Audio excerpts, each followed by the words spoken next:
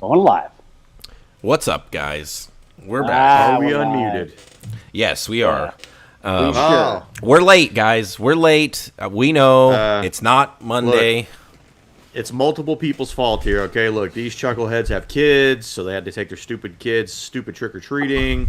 Okay, and then I had to go to stupid work yesterday, so we're here on a stupid Wednesday to talk about Halloween stuff. the second annual Halloween triple threat extravaganza spooktacular. We're back, baby. Yes, we are.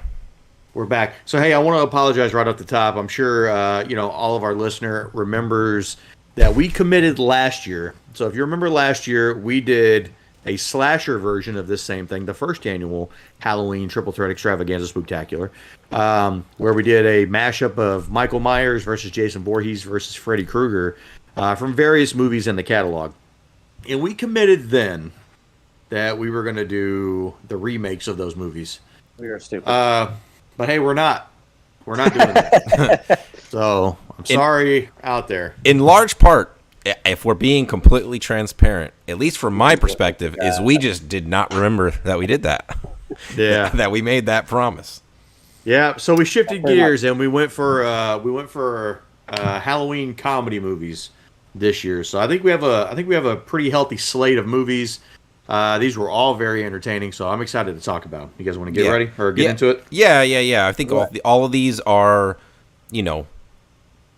I think well recognized, cult movies for sure. All right. Well, here we go. Do it. Hey, remember, you're gonna have to react to my great intro. That'll play. Oh, are you gonna play it right now? No, I'm not. But I'm just saying. Okay, how do you expect me to react to this? I don't. I just made it more complicated. Just you just do whatever you want and just pretend it doesn't exist, like the Tremor Totem. All right, baby, let's do it. Excellent.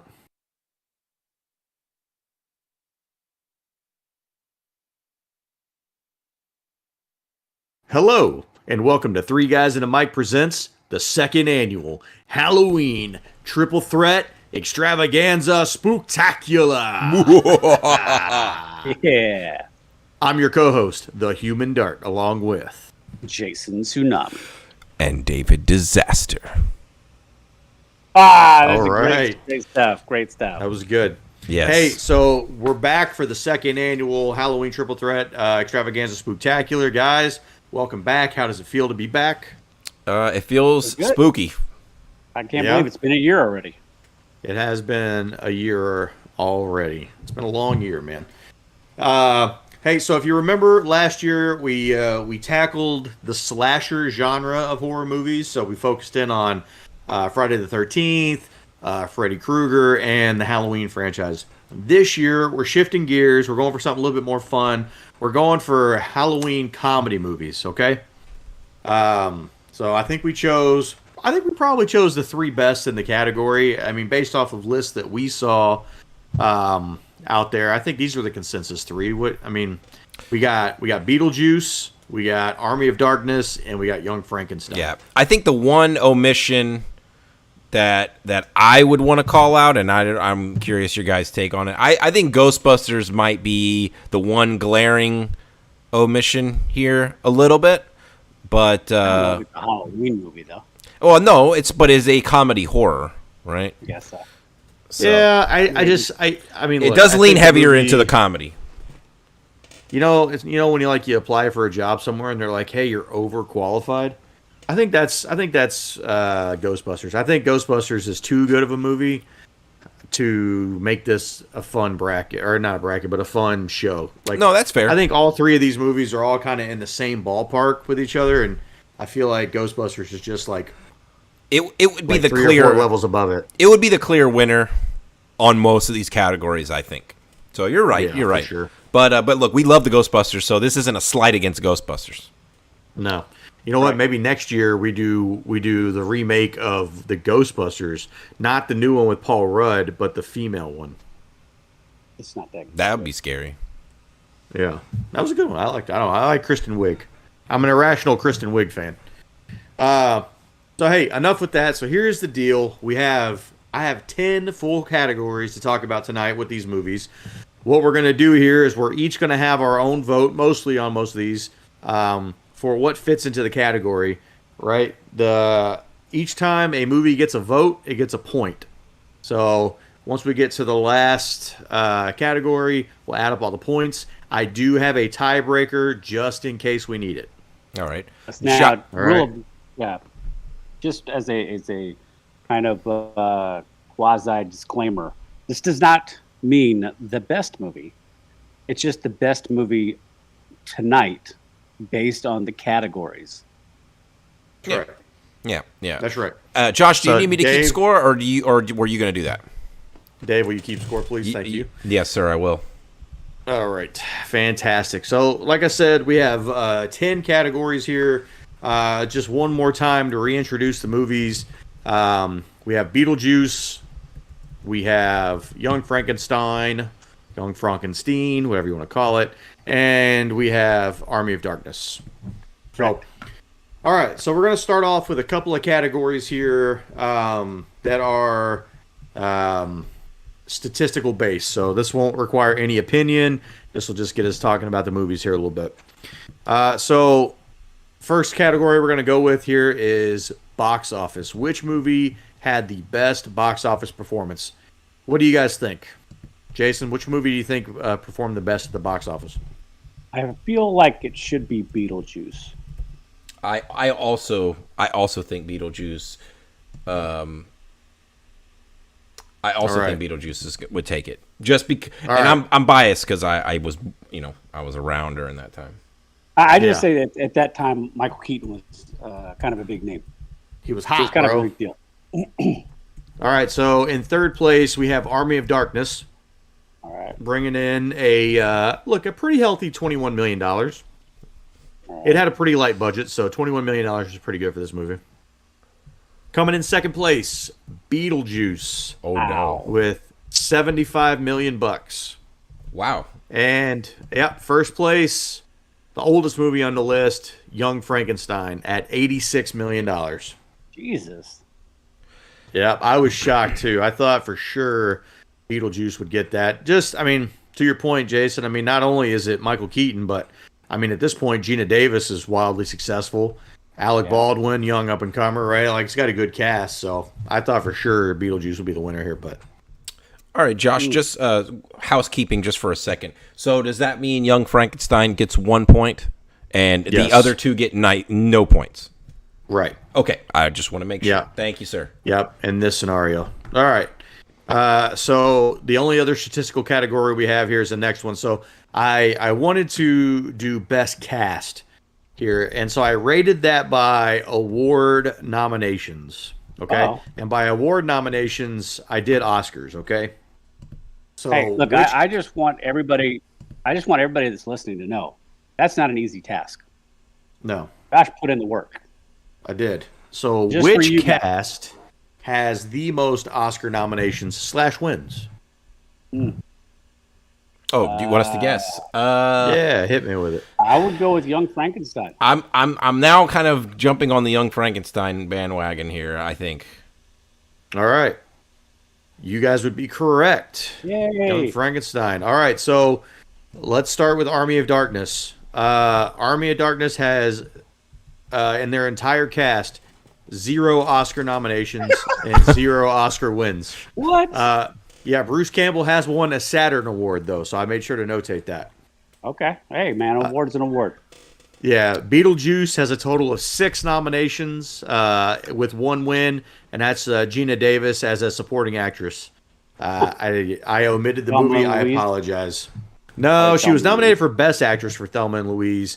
But Is it she League won of Their the Own? Best Supporting it. No, it's not. It's not. That's fine. That's fine. I'll look it up while you keep going, Josh. I got you. Thank you, sir. But Michael Keaton was nominated for an Oscar, and also I want to say it was Alec Baldwin, I think, was also nominated. So Young Frankenstein nominated a total of 11 times. Not the movie, excuse me, but just the total cast with 3 total wins. Now listen, this is a little skewed because you do have Gene Hackman in this movie in a little bit of a bit part, okay? Yep. and he He's has just, been blind nominated to that. 5 times and won twice. So, Okay. Gina Davis won for The Accidental Tourist in 1988. There you go. That's what it was. Yeah, so 2 of these 3 Oscar wins on here are for Gene Hackman and Young Frankenstein. And then the other one, I want to say it was Gene Wilder. Give me 2 seconds. No, it was 2 nominees, and it was the supporting actress then, I think. Or the other actress in the movie here. Let me see. Sorry. Then it would be Madeline Kahn. Gotcha. All right. Kahn, exactly. All right, so that's a fast start here for Young Frankenstein. That's 2 points on the board. Yep. All right. So I had, as we tend to do here on Three Guys and a Mic, we do always want to honor the best death in any scenario. So this is the best death amongst the 3 movies, whatever your vote is. Dave. Go ahead, Jason. So the tough part here, obviously, is There's not really any death in 2 of these movies. yeah, there's not really any death. I mean, you could go with the Maitlands dying in Beetlejuice, obviously. In Young Frankenstein, that son of a bitch is already dead on the table. True story. It's really just comes down to a vote for Army of Darkness. Army of Darkness. I mean, there's like 100 deaths in Army of Darkness. So I'll go with Army of Darkness here. It'll get my vote. And it's going to be the boiled in his stomach death. When he's like,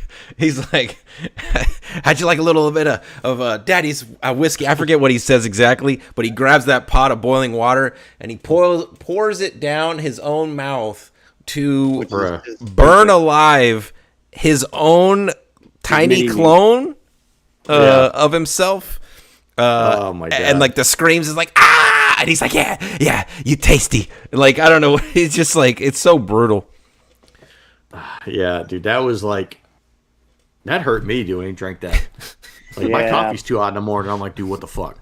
That dude's pouring it down his fucking gullet. That dude's taking on full blown fucking boiling water. I have also Army of Darkness, and it's going to be in the pit. So he gets thrown down in the pit. We're getting to see some fighting skills from Ash and some of the undead or the Army of Darkness down there, whatever you want to call them. And he's able to successfully fight his way out of the pit, but unfortunately, one of the guys he was fighting was not so lucky and is crushed by the spikes. Yep. So I like that one. I'm just going to kind of piggyback on Dave's miniature mini-me that actually turns into a full-size Ash. He then dismembers with a chainsaw Yeah. and buries alive. Buried alive! You got something in your eye? What? Yeah. Boom. What? Hit him with that dirt. With a whole shovel full of shit dirt.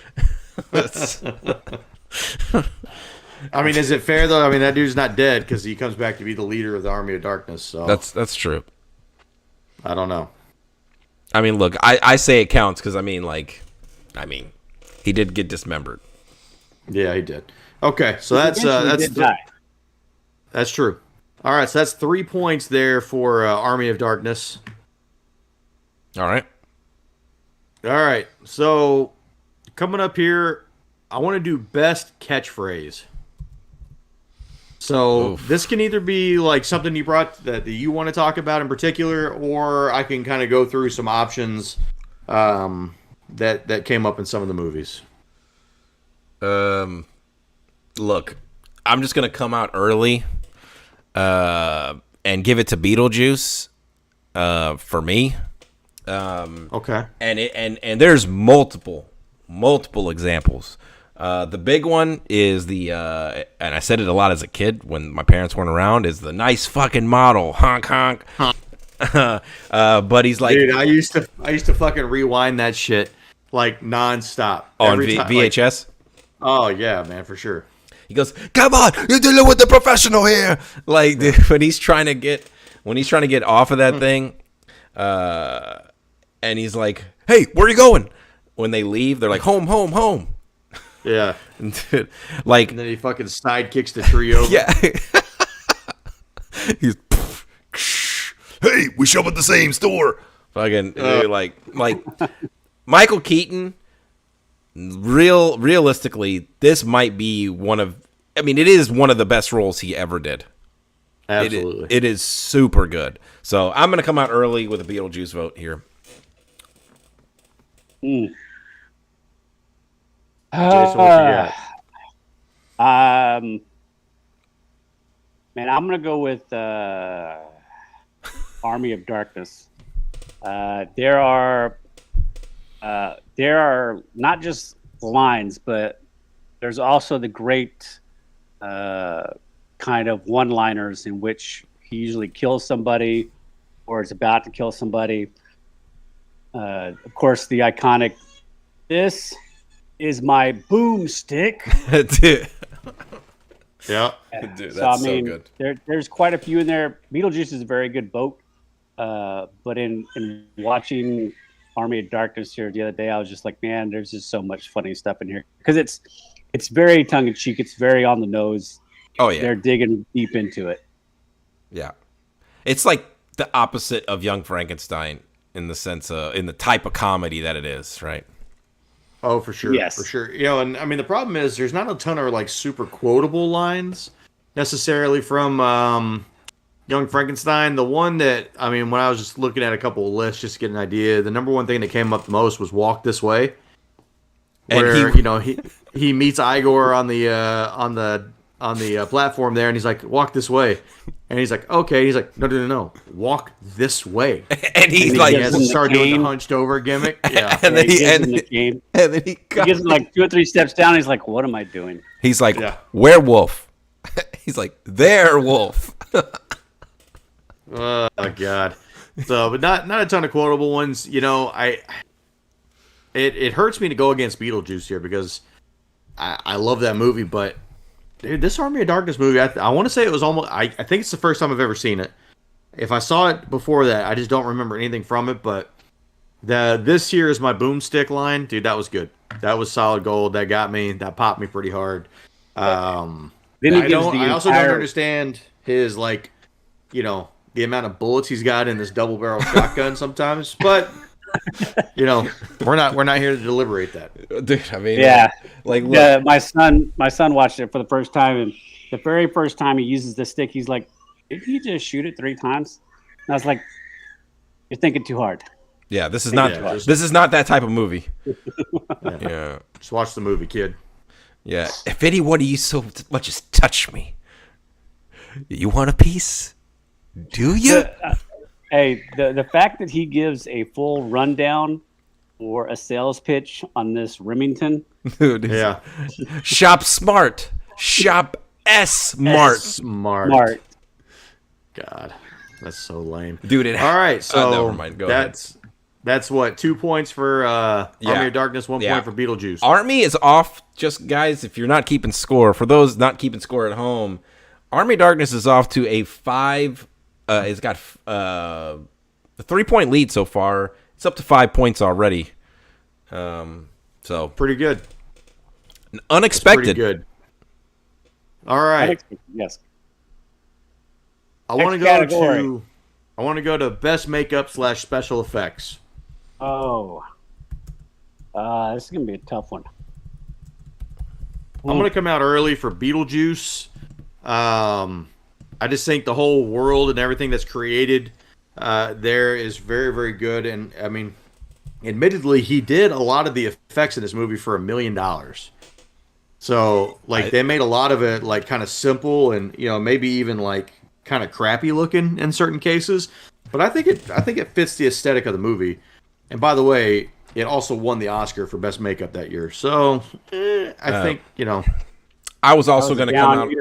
I was also going to come out early with the Beetlejuice vote, and I agree with you, Josh. I think a lot of it has to do with the style, how it all really flows. While the makeup in Army of Darkness is good in spots, it's also not great in some areas as well. Specifically, like the stop motion, like skeletons and stuff, haven't aged nearly as well. And or the visual of like Bruce Campbell, the small one, jumping into the mouth of the big Bruce Campbell, and it's like, now look, wow. I'm sure Army of Darkness. This is 1992. Like Terminator 2 came out somewhere around there. Yeah, like we have better options. I'm sure the budget for this, like, look, Army of Darkness has its own charm for sure, but I think Beetlejuice just complete package. I mean, from a special effects makeup standpoint, it takes it for me. Yeah, it's tough on Young Frankenstein because there's not a lot of practical effects. There's not a lot of special effects. Most of what you see is that has anything kind of makeup on it is Frankenstein himself, and there's not much to that. I agree with Dave's assessment on Army of Darkness. There are parts that are good, but anything that needed any kind of detail, they just make it move so fast on the screen that you can't see how bad it is. So, this is Beetlejuice. The part that really gets it for me is when the two ghosts are down in the purgatory area, and they're like, okay, we got a plan. And the old lady with the slit throat, she's like, okay, so what are you guys going to do? And they both contort their faces and stuff. Yeah, and he does like the whole like wide face, and he's got the eyeballs on his fingers. Yeah. That's that super shit's good. So good. Yeah, that's so good. And man, just like that, Army of Darkness's lead is cut to 1. Yep. Just like that, we back. All right, let's go.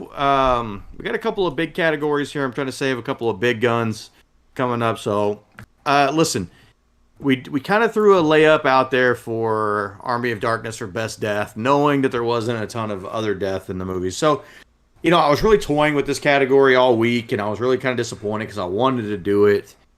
But Army of Darkness really didn't fit into this category. But I said, you know what? If we're going to give Army of Darkness a layup, I want to give these other two movies a shot and a conversation here. I want to talk about best dance scene. Oh. For a second here. Okay, so I think we got two definitive options that we can talk about here. So in Beetlejuice, we have the dinner table scene with the, I don't know the name of the song, but it's the Deo song. Deo! Yeah. Yep. Right? And, look, they've taken over all the people at the table, and they're making them do this dance. They're doing all this crazy shit, singing the song along with it. Dude, iconic scene. Your ass. Yeah. I that's the, what's funny is songs, I know a lot of classical music from Looney Tunes, right? And like Bugs Bunny and shit. Like this song I only know from this movie. And I feel like I've heard it a million times, but I've only heard it as many times as I've seen the movie. But, dude, just a fucking classic scene in Beetlejuice. Going up against one that was unexpected. I did not, in Young Frankenstein, I did not expect to see this. Because up until this scene comes on, the Frankenstein's monster has not said a word. It's all been grunts, right? And Mr. or Dr. Frankenstein, he's going into the room committed to getting rid of this guy and taking him out. And for some reason he has a change of heart, right? Whatever you do not open the door. Yeah. Open the door! I was joking! It's a joke. Did you get it? Yeah. So he ends up bonding with his monster. And then the very next scene we see is them cutting to a stage show of them singing Putting on the Ritz. Okay? And they got a whole tap dance routine going on. They got the tuxes with the fucking top hats. And dude, you get to the part, it's like da da da da da da, putting on the Ritz, but you get the monster going, putting on the Ritz. Dude, so fucking funny. That was, for me, is probably the funniest part of the whole movie. So, what do you guys think? What's the best dance scene here? By the way, Army of Darkness does not have a dance scene or a song break. Sorry. Yeah. Look, while the Young Frankenstein thing is very funny, and I definitely appreciate it, and it is unexpected, especially if you've seen it, you've never seen it before. But man, that Beetlejuice scene is just so iconic. Like, I sing it every time I see the movie, like uncontrollably, as if I'm possessed. Ha ha ha. Okay, I'm going Beetlejuice. I mean, like, dude, I've been like you said, Josh, I've been watching that since I've grown up. And does that mean I'm biased? Probably, but like, dude, that's like, if that song randomly played on some radio or some commercial, immediately I'm going to Beetlejuice right away. That's immediately where your head goes. So I think I give it to that. Yeah. Jason, what do you think? While I tend to agree, watching this kind of out of the blue tap dancing routine between Gene Wilder and the creature, I thought it was pretty fucking good, man. And for the guy that's in the gimmick for the Frankenstein suit, it's even more difficult because he's not really 7'4" or whatever. No. So I'm gonna go. Maybe it's a sympathy vote. Maybe it's not. Maybe I've just seen Beetlejuice too many times. But I'm gonna go with the young Frankenstein. Frankenstein. Peter Boyle is the actor's name. Is the actor? Yeah. Look, I think it's a good pick. You know, I think at the beginning of this process, I would have said definitively it's the Beetlejuice one, but I would say I'm probably like 60-40, but I'm still going Beetlejuice. Because that is it's just iconic. It's one of my favorite. It's one of my favorite parts of the movie. It's one of the things I look forward to every time I watch it. So, always a good one there. I'm glad we got to talk about that. I was going to be bummed out if we didn't get a chance to do it. All right. Yeah, that's fair. All right, so most of the rest of these are pretty big categories here. So, I want to get into the best director. Now, I'm going to pose this question to you guys. I'm going to give you a frame of reference here for these directors. So, I think when we started this process, like I knew Tim Burton did Beetlejuice, but I really didn't. I mean, I knew Mel Brooks did Young Frankenstein, but I guess I didn't realize that it was Sam Raimi that had directed Army of Darkness. I didn't think about it, right? So these are actually three like very distinguished directors here, directed some comedy Halloween movies. So I thought that was pretty cool. So I wanted to give a little bit of shine to these guys. So I'm going to give you a few of the movies from each director, and then you guys tell me which one you think is the best director here. So let's start with Mel Brooks. So Mel Brooks, obviously more known as a comedy director, has done Young Frankenstein, Spaceballs, which is an all-time classic, Comb the Desert. Man, we ain't found shit. So good. Robin Hood, Men in Tights, Blazing Saddles, obviously. And then I think pretty well known for The Producers. That's one of his most award-winning movies. You have Tim Burton, obviously been around for a long time. You got Beetlejuice. You have the first and second, but the Michael Keaton Batman. You have Edward Scissorhands. Pee-wee's Big Adventure. Great movie for me. I threw Alice in Wonderland on here because it's his highest grossing movie of all time, which has grossed over $1 billion. Yikes. Yeah, so I threw that in there as well. I probably wouldn't have it on my list, but I thought it was worth talking about. And then we got Sam Raimi. So Sam Raimi, definitely more known for directing like the first 3 Spider-Man movies, the whole Evil Dead trilogy, right? So I got Spider-Man, Spider-Man 2, Evil Dead, Darkman, which is kind of like a little cult classic. And then I was shocked to see this movie. This is one of my favorite westerns of all time, The Quick and the Dead. Okay. I mean, that's got a great cast if you don't know it. I mean, that's Gene Hackman, that's Leonardo DiCaprio, Russell Crowe, Sharon Stone. Yeah, dude, that's a really good cast. So, of these 3, what do you guys think? Who's the best director here? Man, so distinct. They all 3 have their own flavor of movies. Yeah. Yeah. I think my brain almost goes to Tim Burton like first, but it's like I feel like you gotta almost be like in the mood. Like does he have like? He doesn't feel like he has a ton of diversity. No, not as much. If I was going to go with one of these three, I'm going to go with the one I'm going to go with, and I'll explain it here in a second. But I'm going to go with Mel Brooks. Oh, and I think the reason why is because Mel Brooks couldn't make 75% of his movies today. Oh no, he was so far ahead of his time, and he pushed the envelope so far. Yeah, it would exceed what's acceptable today. I mean, I would say Blazing Saddles doesn't get made today. A lot of the, I mean, it could. I mean, because you had Django not that long ago that was still pretty rough as well. So I don't know. I could see it being made today, but I mean, I agree with you. That'd be a pretty big uproar. Yeah. Jason, I thought I was going to have the surprise vote here with Mel Brooks because I'm also going Mel Brooks. And the reason is, and just for me, Mel Brooks, I'm not going to pretend to be a Mel Brooks aficionado, but I feel like Mel Brooks is like the master at what he does. And his movies are like his. Like there's no imitators really. Like from my perspective, like he doesn't have a lot of peers. Whereas I feel like these other guys, there are movies that do dip their toes into these style of movies. Young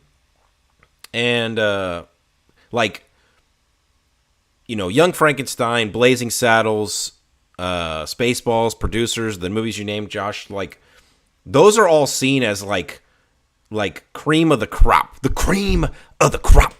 of comedy movies.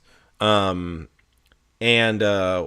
Tim Burton would be my runner-up in this scenario, I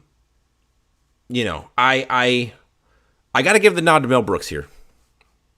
Interesting. I guess the problem for me with Sam Raimi is a lot of what he does is like horror based. And I'm just not that into it. I mean, look, I think the first, it's the second Spider-Man, the first, like the one that has Doc Ock, I think great. Is an all-time great comic book movie. I think it's the best of that original series. And if you're putting that against some Marvel movies today, I don't know. Maybe it's top 10, top 15. I don't know. But it's fantastic. Well, for a while, Spider-Man 2 was the watermark until the MCU came around and kind of, blew that out of the water. But for the while, that was the watermark of superhero movies. It was the gold standard. And he recently did the most recent Doctor Strange movie as well, which, it was my least favorite. It's better than Love and Thunder for sure. So yes, not that bad. Oh, Love and Thunder. Ugh. Yeah. I'm gonna go with Tim Burton. I've seen so many of Tim Burton's movies. I love Pee-wee's Big Adventure. That's why I made sure to kind of throw it on that list. I think that is. I mean, I grew up watching Pee-wee Herman. So good. I will say this. Tim Burton is responsible for one of my favorite movies of all time, and that's Nightmare Before Christmas. But he did not direct it. Yeah. If he had directed that movie, my vote would have been Tim Burton. It'd be a no-brainer. So it's funny because when I was putting this list together, I told Dave, I was like, I think I'm gonna do this best director category because man, I mean, it's a good list, and I hit these ones for Tim Burton. He's like, what the fuck? Like you're leaving off the best movie, and I was like, Nightmare Before Christmas. Yeah, you didn't direct it, dickhead. Dude, I genuinely didn't know. I always associate that movie with him. Well, I thought so too. So that's why when I went down the list, I was like, I feel like I'm missing it. But yeah, so he just produced it. But then he did Corpse Bride and that stuff. He directed those. But man, just like Edward Scissorhands, dude, such a weird fucking movie, dude. Like who sits down and is like, I got it. It's a guy, okay, but he's got scissors for hands. Yeah. He's got mental disorders. You know, a part of that movie always makes me really uncomfortable. Whenever his like father figure is holding out the hands that he's supposed to have, and he just stabs right through them. Yeah. and then the old man dies or whatever. Like that part is so awkward. It just makes me it makes my hands hurt. I don't know why. All right, well, I'm a Tim Burton vote there, so that's 1 vote for Beetlejuice, 2 votes for Young Frankenstein. Look, just so you guys are aware, it is now a tie for second place because, hey, Army of Darkness has not gotten a vote these last 3 rounds. Beetlejuice has taken the lead, but it's not by much. So it's still literally anyone's game at this point. All right. All right, well, let's jump into favorite main character. So for this, you got Ash Williams, you got Beetlejuice, and I'm going with Gene Wilder's character. So yeah, young Frankenstein here. Josh, not to spoil it, do you have a supporting character as another category, or you do not? I do not. Okay. All right. I do not.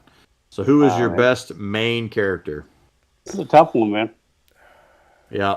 I'll go first. So I went in a different direction than what I thought I was going to. Going into this, I was like, it's Beetlejuice, no matter what. Right? Like, if you guys have seen Draft Day, and Kevin Costner writes down Vontae Mack, no matter what. Right? That's how it was with Beetlejuice in this category. Until you saw Army of and then I watched Army of Darkness. And I am like, dude, like, I knew, like, I've heard things about it and stuff like that, and I kind of had an idea, but man, I was almost prepared to hate the movie. I went into it like a little bit like, okay, I guess, whatever. Dude, I mean, I couldn't have been more pleasantly surprised. I'm going to give him the vote slightly because of time on screen, right? Beetlejuice, look, the movie's named after Beetlejuice, but he's not in the movie. He's like 20 minutes. I don't know. So, it's hard. It's hard to give him the main character title here, but Ash is very good, very good. Now, I do question some things about Ash. Like, this guy's like, listen, no, like, I'm not judging the guy because he works retail. I work retail. Here's what I know. I know that if I was arbitrarily taken back to the 14th century, I'm not rolling up in there and immediately able to ride a horse with no problems, okay? I'm also not training the entire castle on how to fight with a spear. Hey, look, man, this is not his first rodeo with that. Yeah. I have questions, I have concerns, issues, if you will, about some of the stuff in that movie. But it's an Ash Williams vote. I'm also going Ash as well. I think he is the quintessential main character, and the scene that just gets me because, dude, it sneaks up on you, especially if you haven't seen it, of how funny it is and how, like, not kind of sort of realistic. It's when he's got to pick the right book, but he's got to say the magic words first. Yeah, and he's like Klaatu, Verata. Yeah, dude, I love that fucking part. He's like, he goes, I said it. I said the words. And no, he goes that line. He goes, yep. So those are the words. And then he proceeds to get sucked into one of the books, and one of the books is fighting him, trying to eat him. So yeah, when he goes back to the town and he's like, "Did you say the words?" Yes, I said the words. And then the old guy's like, the guy's like, "You've doomed us all." I might have unleashed the Army of Darkness. Yeah. So yeah. it's an Ash vote for me. Okay. So part of me wants to go Gene Wilder because he definitely gets into the character, and there are segments of his dialogue in which he just gets so deep into what he's saying. His voice starts to rise, and he just like gets into that overacting part. When he's like when he's like dreaming, he goes, "No, I won't do it. I'm a Frankenstein."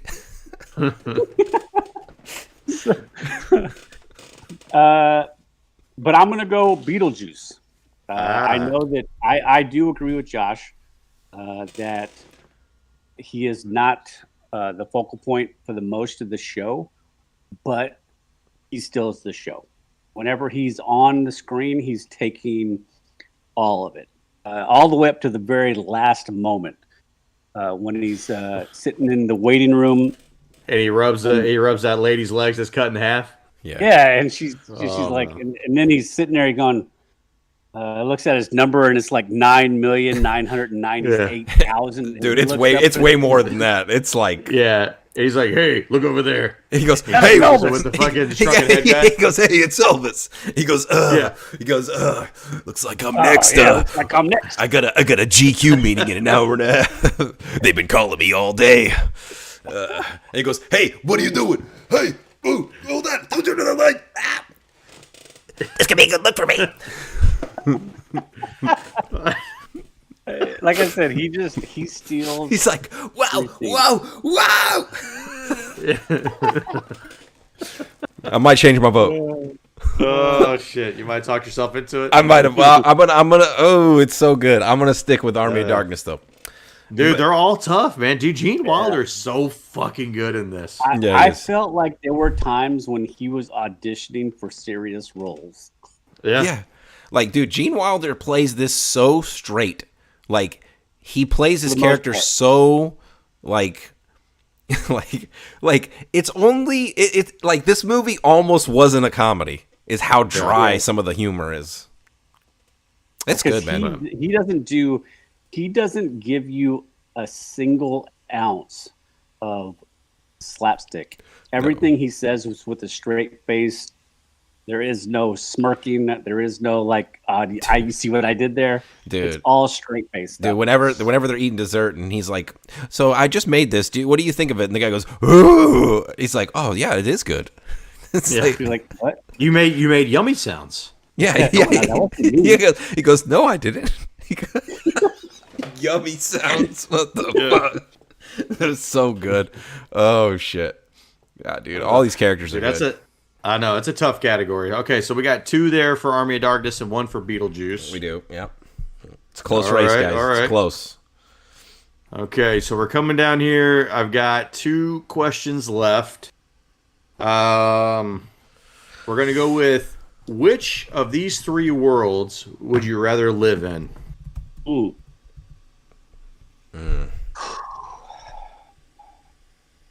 Let's see. So I assume that Frankenstein is late 1800s, 1900s, early 1900s.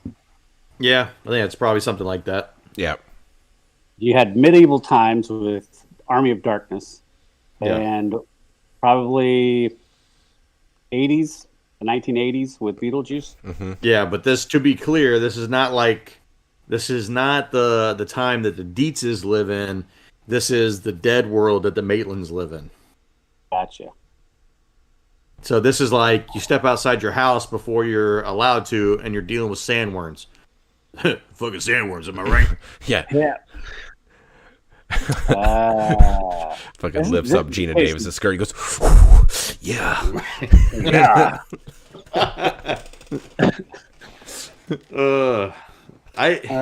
Which world would you rather live in? All right, so as much as like I am a romantic in the sense that I love like the medieval times era. Yeah. Yeah, you could totally get like dysentery by drinking the water. And life expectancy was like 40 years old. Yeah, no, I'm good. I think I have to eliminate that one. Yeah, I've already eliminated Army of Darkness for me. It's funny you say that. So, we're at the Ren Fest this weekend, and Amanda gets stung by a bee for the first time ever in her life. It was a very dramatic moment. She's sitting there, we're at the table, we're eating some fucking funnel cake, and this bee like lands on her and stings her, and she's like, ah! It got me! And she gets up and starts like kind of like running around, and she's like super pissed off. So funny. And she's like, what happens if like you live in that time and like you're allergic to that, and like like something swells up or something like that. She's like, they're just gonna cut your hand off because they don't know. So yeah. So I would definitely not vote for like medieval times. Nah, I've seen way too many tourniquets and hacksaws. I'm gonna throw a vote to Young Frankenstein because I want to be able to leave my house. Yeah. Yeah, by default, I think Young Frankenstein might win. How you going? Yeah. How are y'all going? I don't know yet. I'm on the fence here because That's a good point about the leaving the house thing, because my initial thought was going towards Beetlejuice, because you can kind of create your own world in there, right? yeah, because by the end of the movie, but you got to live in your house. Yeah, by the end of the movie, they have created. I wouldn't say utopia. Yeah, Nice balance. But what if you don't like the people who live into your house? Yeah, That's true. Then you're fucked. yeah, How close are we to the Black Plague yeah. in Frankenstein time? Probably right around it. But you're a doctor, Well, I don't know. I guess you're not a doctor necessarily, but maybe you're friends with Frankenstein there, and he can help you out. I don't know. I'm Abby normal brain. I'm going Young Frankenstein. I think it's just got to be the pick. I'm going to go with Beetlejuice because I'm hoping that I can figure it out, and at least you're dead with your wife. Can you kill sandworms? No. But you can ride them bareback. But also there's the time dilation situation, which actually they don't obey that rule at the end of the movie because it would break the movie. But time is supposed to go by way faster when you're out there, and it doesn't for Gina Davis's character. But whatever, that's neither here nor there. I think I'm gonna join you, Dave. I think I'm gonna go Young Frankenstein. All right. I think it's industrious enough of a time that you could live at least fairly comfortably. I like it. I mean, look, if we have the science to bring people back from the dead, then we probably have the science to at least keep you alive for a little bit longer than medieval times.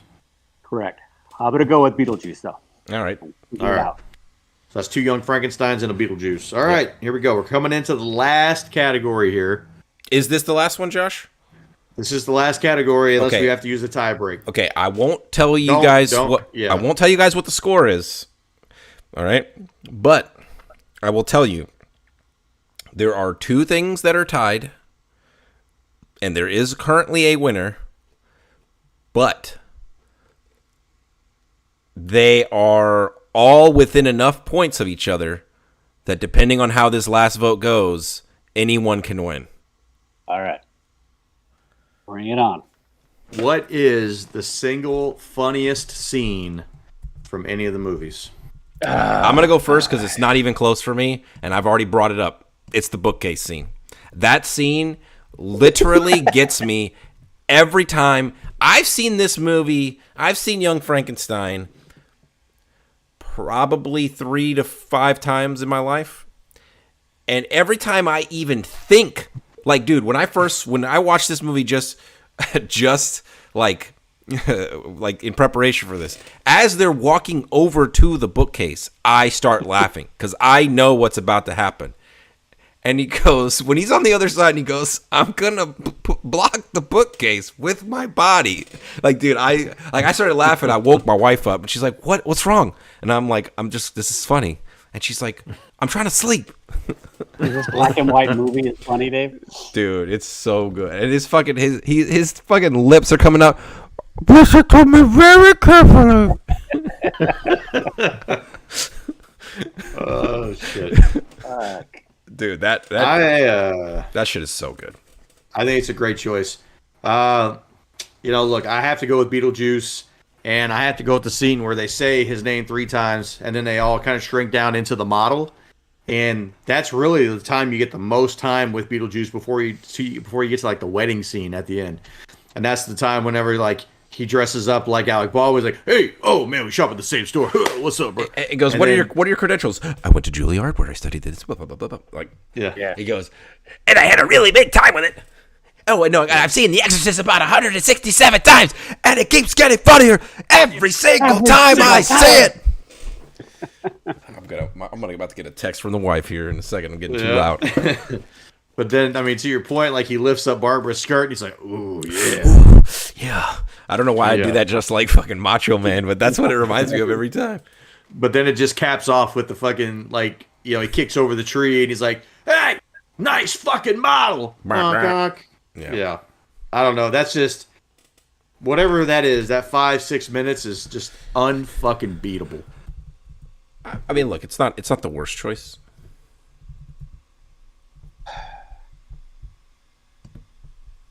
Let's see. I feel like this is for all the marbles here. I don't know if it is or not. But it's gonna be Beetlejuice for me, Okay. and it's the wedding scene. So I didn't want to spoil it, Jason, but with Josh's vote on Beetlejuice, that is the vote that sealed it. The only way Beetlejuice wasn't going to win is it needed no votes. Well, the wedding scene is fantastic. He's got the geezer to come out the side of the wall, and he's sitting there, and he's in his shabby tux and stuff, and Yeah. So like, they yeah, had can we that as a direct this costume. They had that as a costume choice at Spirit Halloween. So you could do the red tux for Beetlejuice and the red dress for Lydia. Yeah, I almost had the wife on it. It's close. close. That'd have been good. But he's like doing everything he can to kind of keep the wedding going. He's like blocking people's lips. He's getting them covered up by the Dietz's sculptures. He goes, "Hey, take a hike, buddy." Yeah. And then and the ring, and he's like, "Oh, God, I got it somewhere." Dude, he fucking pulls that Sticks in ring, his pockets and stuff. and he takes a Pulls out ring a off. snake and shit. He pulls a ring off another person's finger. Yeah. And then he, whenever he goes, "Do you take this woman?" And he goes, "I don't know. I always said I ain't married. And I was going to do it one time, and it was going to be the only time." And he goes, "Yeah. Go. Just say it." Don't say my name. So with that, no tiebreaker necessary. Beetlejuice wins with 11 points. Stealing, second place. Surprisingly, Young Frankenstein with 8 points, and Army of Darkness bringing it up in the rear with 7. But look, That's what she said. Army of Darkness ran through some tough categories that you know, it didn't get any points for 3 categories in a row, and it just couldn't keep up with the juggernaut that was Beetlejuice. So yeah, it was leading after question 4. Yeah. Oh, after question 4, it was leading handedly. But you know, it. I think Young Frankenstein was the surprise of this thing for me. Like, I hadn't seen it. I was not that I wasn't looking forward to it, but I was like, it's Mel Brooks, give it a shot. Gene Wilder, and man, I mean, it was infinitely better than what I thought it was going to be. Yeah, and Army of Darkness is also a surprise. I think for you as well. You didn't see that either. Yeah, it was. It was. I mean, for me to vote Ash over Beetlejuice as the best main character, like, I'm telling you, there was no way in my head. I was talking to some people at work about it, and one of my employees was like, "Yeah, it's gonna be Ash." I'm like, "No way!" And then I watch it, and I go back, and I'm like, "You're right." Yeah. Okay, well, hey, listen, the tiebreaker, just in case we needed it, nothing fancy here. I was just going off of Rotten Tomato scores. Okay. So what do you guys think is the highest rated Rotten Tomato score here? Yeah, what would that have been? I'm just curious of how that would have shaken things up. So the number one movie on the list here at a 94% score was Young Frankenstein. Yep. Yeah. Second movie would have been Beetlejuice at 85%, and the last one, Army of Darkness, at 74%. All right, so that, I mean, that would have brought Young Frankenstein to 9 points, but still wouldn't have been enough. Still would not have been enough. So no. Look, hey man, it was close. It came up to the last question. It depending on the question, might have changed the outcome of the whole thing. Yeah, which is good. That's what you hope for. I mean, I'm glad it wasn't a runaway. So, look, I enjoyed these 3 movies. We had another set of movies picked out. Maybe we'll get back to those next year. We were going to go the ridiculous route. If you're listening this far, drop a comment down there if you feel like we should have done these 3 movies. We were going to do Leprechaun, Killer Clowns from Outer Space, and Critters. 2. And Critters. Yeah, Critters. By the way, I watched Critters before we chose. I think we all watched Critters. Yeah, we all three watched it. We all before we chose to go away from it. Listen, not that bad of a movie. It was pretty good. I will say it wasn't as good as any of these three. I think I think these three were actually like, this was an enjoyable set of movies to do. Yeah, for sure. Hey, look, that one had one thing that none of these had. What? Cosmic face changing bounty hunters? Well, that too. But they had the kid in it. Band of Brothers. Oh, that's malarkey. Fair. Malarkey. Yeah. These were just full of malarkey, and that one had malarkey. Yeah. Well, hey, hopefully you listened this far. If you have, give us a like, give us a subscribe on the channel. We got a couple things coming up here. They're going to be pretty fun. Next week, we're going to be doing the next 5 albums on our Metalheads journey for top 50 metal albums of all time. Including so that's going to be Morbid Angel. Can't wait to talk about that one. Yeah, we don't want to get. We just wanted to wet your whistle with that one. Yeah. Coming up after that, we do have a fan requested idea, top wrestling finisher of all time. And look, we couldn't settle on 16, so we bumped it to 32. We went huge. And look, I don't know how we're gonna do it yet, but we're gonna get all 32 in one show. Yeah. So that is going to be incredibly robust. And yes, believe it or not, somewhere down the line here in the next 4 or 5 episodes, we are doing Titanic. So it's coming. It's going to happen. Yeah, it's going to happen unless we come up with something else to go in front of it. I've watched it twice, thinking that we were going to do it now. Well, then you should already. That's good. So you watched that twice, but you couldn't watch fucking Frankenstein until today with a month's notice. That's good. Okay. Hey, listen. 2 weeks. 2 weeks. All right, so we'll see you guys next week when we're doing Metalhead's Journey. Live long and prosper. Take it easy, everybody. Later.